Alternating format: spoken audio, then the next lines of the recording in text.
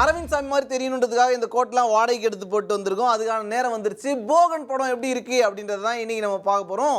போகன் படத்தில் பயங்கர எக்ஸ்பெக்டேஷனுக்கு காரணம் என்ன அப்படின்னா, நிறைய வெற்றி காம்போலாம் இருந்தது. ஜெயம் ரவி, லக்ஷ்மணன் இயக்குனர் லக்ஷ்மணன் அவங்க சேர்ந்து ஏற்கனவே ரோமியோ ஜூலியட் பண்ணியிருக்காங்க.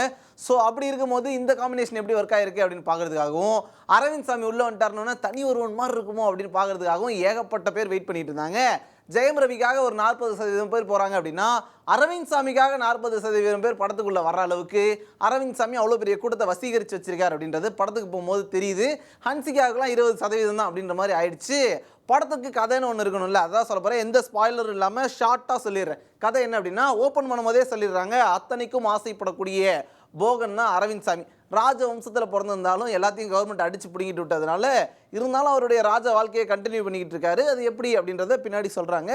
ஜெயம் ரவி டமாலே டமாலே டமாலே டமாலே அப்படின்னு பிசி ஆடியன்ஸை செம்மையாக குதூகலப்படுத்துகிற மாதிரி ஒரு டான்ஸ் ஆடிட்டு, ஜேம்ஸ் பாண்ட் மாதிரி ஒரு சண்டை போட்டு பார்க்கும்போது, போலீஸ் ஆஃபீஸர் அப்படின்னு, ஜெயம் ரவினாலே போலீஸ் ஆஃபீஸர் தானே, அசிஸ்டன்ட் கமிஷனர் தானே அப்படின்னு நம்ம ரசிகர்களே கேட்டுடுறாங்க.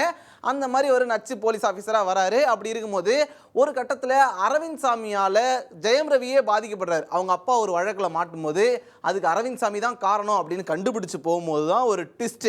அரவிந்த் சாமி கையில் ஒரு செம்ம பவர் இருக்குது. அப்படி கையை மடக்குனாருன்னு வச்சுங்களேன், அப்படியே கூடு விட்டு கூடுதல் பாடிடுவார். சின்ன வாத்தியாரா அப்படின்னு கேட்கலாம். சின்ன வாத்தியாரில் பூனையெல்லாம் வச்சு வித்த காமிச்சிருப்பாங்க. அதே சின்ன வாத்தியாரை கொஞ்சம் பெரிய வாத்தியாராக மாற்றி கூடு விட்டு கூடு பாயிற வித்தையை வேற லெவலில் சொல்லியிருக்க படம் தான் போகன். போகன் படத்துடைய மிகப்பெரிய பலம் வந்து அரவிந்த் சாமிக்கும் ஜெயம் ரவிக்கும் இருக்கக்கூடிய அந்த கெமிஸ்ட்ரி. ஏற்கனவே நம்ம தனி ஒருவனில் பார்த்ததால அப்படி ஒரு கதையாக இருக்குமோ அப்படின்னு எதிர்பார்த்தா, அந்த சாயல் துளி கூட இல்லாமல் இந்த காம்போ தனியாக வேற லெவலில் ஒர்க் அவுட் ஆயிருக்கு. அரவிந்த் சாமியா கொஞ்ச நேரமும், ஜெயம் ரவியா கொஞ்ச நேரமும் வராரு. ஜெயம் ரவி கொஞ்ச நேரமாகவும், அரவிந்த் சாமி கொஞ்ச நேரமாகவும் வராரு. அதனால படம் பார்க்கும்போது ஒரு நல்ல ஃப்ளேவர் கிடைக்குது. இன்டர்வல் பிளாக்கு அப்புறமா நம்ம கரெக்டாக ஞாபகம் வச்சுக்கணும், இப்போ வந்து இவர் அரவிந்த் சாமி இல்லை, ஜெயம் ரவி அப்படின்னு மண்டையில் கொட்டி கொட்டி மனப்பாடம் பண்ணணும் போல இருக்கு. அந்த மாதிரி நம்மளை யோசிக்க வச்சிருக்காங்க. செகண்ட் ஹாஃப்ல வந்து ரெண்டு பேரும் மாறினதுக்கு அப்புறமா ஒரு பெரிய ட்விஸ்ட்டு. அதை எப்படி அவங்க அழகாக ஹேண்டில் பண்ணியிருக்காங்க, இதுக்கப்புறம் என்ன பண்ணுவாங்க, இவர் எப்படி இங்கே வருவார், அவர் எப்படி அங்கே வருவாங்க அப்படின்னு யோசிக்க வச்சு கரெக்டாக கன்ஃபியூஷன் இல்லாமல் முடிச்சிருக்காங்க. அதுக்காகவே வாழ்த்துக்கள். இவங்க ரெண்டு பேரும் காம்போ செம்மையாக செட் ஆயிருக்கு. படத்தில் ஹன்சிகா மோத்வானி நானும் இருக்கேன் அப்படின்னு காட்டுறதுக்காக பக்காவாக பர்ஃபார்ம் பண்ணியிருக்காங்க. As of now Hansika Motwani நடிச்சதுலேயே நடிச்சிருக்க படம் இதுதான் அப்படின்னு சொல்லணும். ஹன்சிகா மோத்வானிலாம் பெரும்பாலும் வந்து ஒரு கிளாமர் ஃபேக்டராக தான் படத்தில் வச்சிருப்பாங்க. அப்படியே ஸ்க்ரீனில் வந்துட்டு போகணும் அப்படின்ற மாதிரி இருக்கும்போது இங்கே கிளாமராகவும் இருக்காங்க. அதே சமயத்தில் அவங்களுக்கு எங்கெங்கெல்லாம் நடிக்க வாய்ப்பு இருக்கோ அங்கே எல்லாம் ஃபுல்லாக நடிச்சிருக்காங்க. ஏற்கனவே தண்ணி போட்ட மாதிரி நடிக்கிறது அப்படின்னா ஹன்சிகாவுக்கு ஷிஷ் அப்படின்னு சொல்கிற மாதிரி நல்லா வரும்.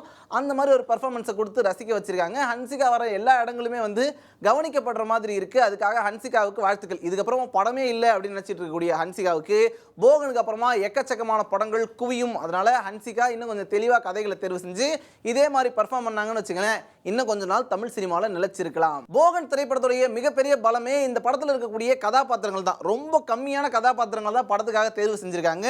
ஜெயம் ரவி, ஹன்சிகா மோத்வானி, அரவிந்த் சாமி, நாசர், பொன்வண்ணன், அவ்வளோதான்ப்பா அப்படின்னு ஷார்ட்டாக சொல்லிட்டாங்க. நரேன் ஒருத்தர் கூட வராரு. இவங்களுடைய கதாபாத்திரங்கள் எல்லாமே அழுத்தமாக எழுதப்பட்டிருக்கு.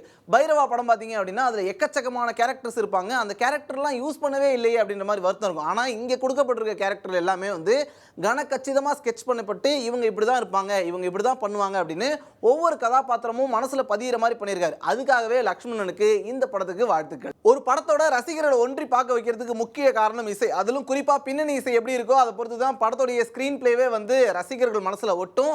இமான் இந்த படத்துக்காக அவருடைய பணியை மிகச்சிறப்பாக செஞ்சிருக்காரு. பின்னணி இசை படத்தில் எந்த இடத்துலையுமே தொய்வு இல்லாமல் பார்த்துக்குது.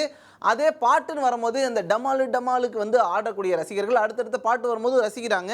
இன்னும் இமானுடைய வழக்கமான ஸ்டைலில் எல்லா பாட்டையும் ஹிட்டு பாட்டாக போட்டிருந்தாருன்னு வச்சுங்களேன், இன்னும் கொஞ்சம் நல்லா இருந்திருக்குமே அப்படின்றது தான் எல்லாருடைய நினைவு. ஒட்டுமொத்தமாக போகன் படம் எப்படி இருக்கு அப்படின்னு கேட்டால் எல்லா தரப்பு ரசிகர்களையுமே வந்து திருப்திப்படுத்துற மாதிரி ஒரு படமாக அமைஞ்சிருக்கு. நான் மாஸ் படம் தாங்க பார்ப்பேன், ஜாலியாக இருக்கணும் அப்படின்னா வாப்பா அப்படின்னு கூப்பிட்டு உள்ள உட்கார வச்சு அதுக்கான ட்ரீட் இருக்கு. வித்தியாசமான படங்கள் பார்க்கணுங்க, அட்டம் பண்ணுங்க புதுசா அப்படின்னு சொல்கிறவங்களுக்கும் உள்ள எக்கச்சக்கமான விஷயங்களை வச்சு ஒரு நல்ல படத்தை கொடுத்துருக்காரு லக்ஷ்மண். படத்தை தாராளமாக போய் பார்க்கலாம், பைசா வசூல் அப்படின்றது தான் நம்ம ரிவ்யூவோடைய முடிவில் சொல்லக்கூடிய ஒரு விஷயம்.